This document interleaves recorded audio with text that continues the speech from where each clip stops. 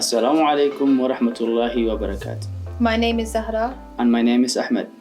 On the behalf of the Somali community of Queensland, we would like to invite you to our annual Somali Independence Day event. We are very excited as Somalis to share this with you, our fellow Australians. Dhammaan ummadda Soomaaliyeed ee ku nool magaalada Brisbane iyo nawaaxigeeda waxaan ka codsanaynaa inay nagala soo qayb galaan xafladda aan ugu dabaaldegayna maalinta xorriyadda dalkeena hooyo ee Soomaaliya.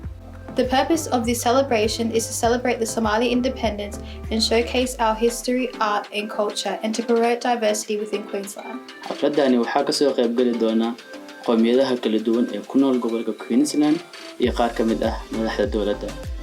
Waxaa jiri doona barnaamijyo aad idin xisgelin doona oo ay ka mid yihiin barnaamijyada carruurta ay ku ciyaaraan oo bilaash ah iyo waliba ciyaaraha kubadda cagta heesa wadani ah ciyaaraha hidiyo dhaqanka Soomaaliyeed iyo qowmiyadaha kale ku nool gobolka Queensland.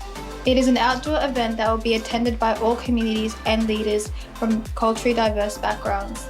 With that in mind, a different variety of activities and programs are organised.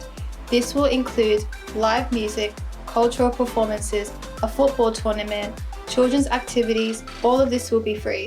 Fadlan waxaan idin ka codsanaynaa dhammaan si aan uga hortagno faafidda caabuqa coronavirus inaad u hoggaansantaan talooyinka ka soo baxaya wasaaradda caafimaadka.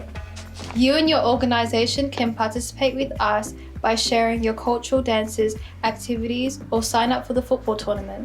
If you are a service provider and would like to provide services or activities, please head to somaliqld.com for all inquiries. Goobta xafladda ka dhacaysa waa Spanish Center ee xaafadda Acacia Ridge ama saa wada taqaanaanba Baaga Acacia Ridge.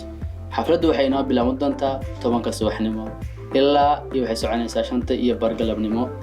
Waxaa jiri doona rush ama dabrid ama saa u taqaanaanba fireworks kaasoo muujinaya calaamadda calankeena hooyo ee Soomaaliyeed. At 5:30 p.m. there will be fireworks, so please stick around for the fireworks. Ugu dambeyn waxaan soo gaarnay maalinta aynu wada sugaynay dhammaanteen. This event will be held on Saturday, 7th of August at the Acacia Ridge Spanish Club.